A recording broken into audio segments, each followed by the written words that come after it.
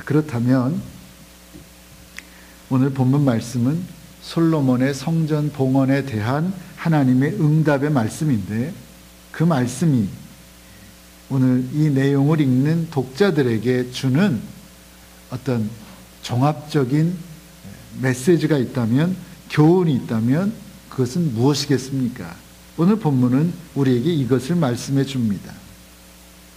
하나님의 백성들은 하나님의 임재를 가장 잘 체험할 수 있는 성전에 나와서 예배를 드리고, 이 성전을 사랑하고 이 성전에 자주 나와서 기도하고 예배 드리고, 예배 가운데 기도 가운데 나를 향한 하나님의 뜻, 하나님의 명령, 하나님의 기대하심이 무엇인지를 발견하고, 그 다음에는 매일의 삶 속에서 그 하나님의 뜻에 순종하고 아주 작은 일부터 실천하는 삶을 살아내라는 것입니다.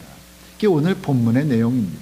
하나님께서는 솔로몬이 봉헌한 이 성전을 내가 구별해 받았다라고 말씀하시고, 그러니까 성전 건축한 것 참 잘했다고 말씀하시고, 그리고 그 다음에 너희들이 할 것은 내가 너에게 명한 것들을 이 세상에서 꼭 지켜 행해야 한다라고 명령하신 겁니다. 우리도 마찬가지라는 겁니다. 성전을 사랑하고 성전에 나와서 기도하고 예배드리고, 예배 가운데 기도 가운데 하나님의 명령이 뜻이 기대하심이 무엇인지를 발견하고, 그걸 발견했으면 세상에 나가서 매일매일의 삶 속에서 아주 작은 일부터 실천하는 것이 하나님이 주시는 복을 누릴 수 있는 기초가 된다, 형통의 전제 조건이 된다는 것입니다. 그렇게 하기만 하면 예배당을 사랑하고 예배당에 나와서 기도하고 찬양하고 말씀 듣고 들은 말씀대로 이 세상에 나가서 어찌하든지 실천하는 삶을 살아내기만 한다면 하나님께서는 분명히 우리의 삶을 복된 길로, 평탄한 길로, 형통의 길로 인도하신다는 변치 않는 성경의 약속이라는 것입니다.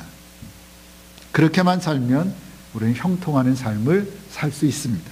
그런데 만약에 하나님의 자녀라고 하면서도 하나님의 말씀대로 살지 않으면, 좋은 예배당이 있고 좋은 예배당에 나와서 예배는 드리는데 거기까지만 하고 매일의 삶 속에서 그 말씀을 지켜 행하는 노력이 부족하고, 아니 더 나아가서 예배당에서 예배 드리는 것 따로, 삶 속에서 삶이 완전히 따로 구분된 그런 삶을 산다면 어떻게 되겠습니까? 하나님의 자녀라고 하면서 하나님의 말씀대로 살지 않으면 어떻게 되겠습니까? 오늘 본문에서는 그 부분에 대해서도 우리에게 분명하게 언급하고 있습니다.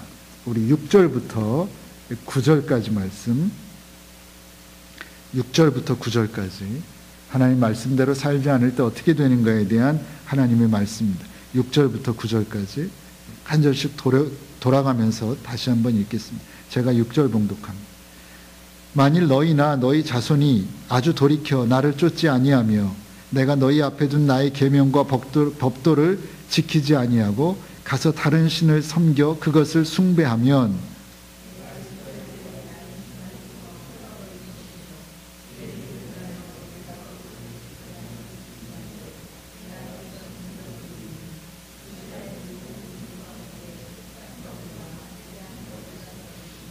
이 전이 높을지라도 무릇 그리로 지나가는 자가 놀라며 비웃어 가로되 여호와께서 무슨 까닭으로 이 땅과 이 전에 이같이 행하셨는고 하면,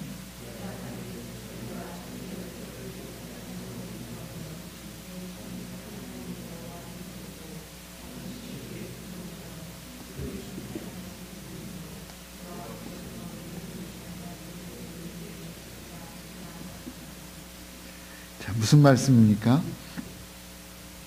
아무리 아름답고 웅장한 성전을 가졌다고 해도 실제 삶 속에서 하나님의 말씀을 떠나 우상을 숭배하고 세상을 살아가고 하나님의 계명과 법도를 어긴다면 하나님께서는 그들을 땅에서 끊어버리고 그들이 건축한 웅장한 성전까지도 그저 내어 버리심으로 그것을 바라보는 모든 민족들 가운데 웃음거리가 되게 하겠다, 비웃음거리가 되게 하겠다는 하나님의 경고입니다.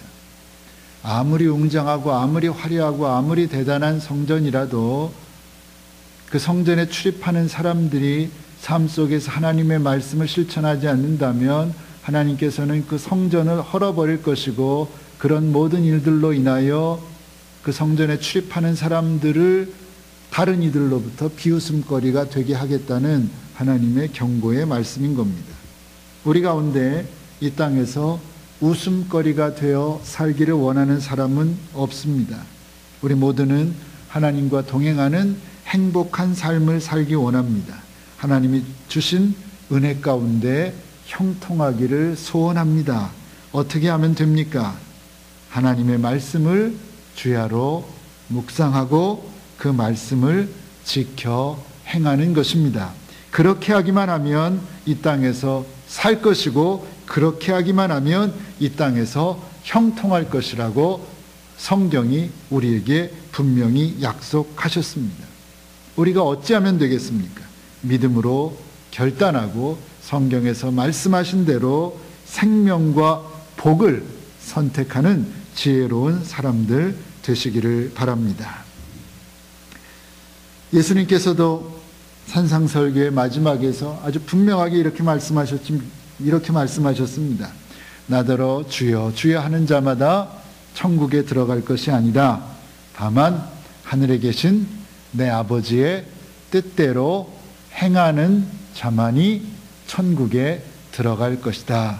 분명하게 구약성경 오늘 본문에 있는 내용과 똑같은 말씀을 주님께서 아주 요약해서 한마디로 하셨습니다. 오직 하늘에 계신 아버지의 뜻대로 행하는 자만 천국에 들어갈 수 있다.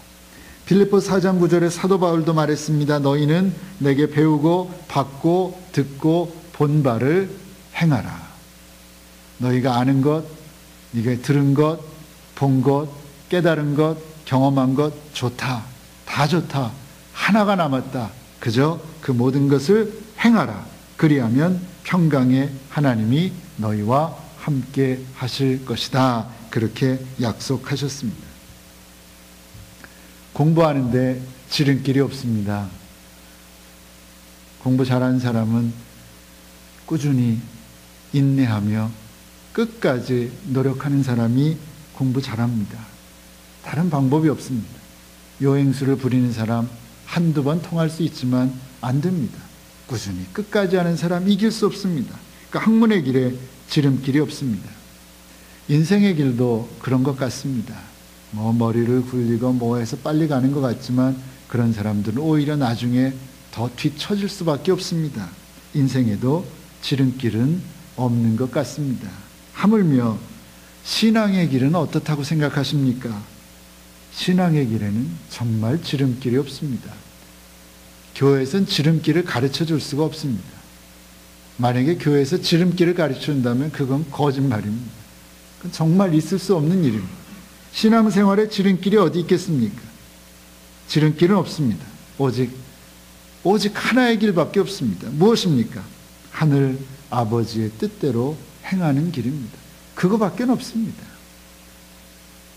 하나님의 뜻, 하나님의 말씀 꼭 기억하고 지켜 행하심으로 이 땅에서부터 참된 생명과 하늘의 복을 누리며 살아갈 수 있는 저와 여러분들 되시기 바랍니다. 기도하겠습니다. 하나님, 오늘도 우리에게 주시는 당신의 말씀을 살펴보았습니다. 복받는 길이 무엇인지 가르쳐 주셨습니다. 형통의 길이 무엇인지 가르쳐 주셨습니다. 내게 주신, 내가 알고 있는, 내가 깨달은 하나님의 말씀을 지켜 행하는 것이라고 우리에게 다시 한번 깨우쳐 주셨습니다. 하나님, 명심하게 하시고 잊지 말게 하시고 딴 길 가지 말게 하시고 오직 이 길, 오직 한 길, 하나님의 말씀에 순종하고 하나님의 말씀이면 지켜 행하는 그 길을 고집하여 걸어가므로 이 땅에서 하나님이 예비하신 복을, 하나님이 우리에게 주고자 하신 형통의 축복을 받아 누리며 살아갈 수 있는 저희들 되게 하여 주시옵소서.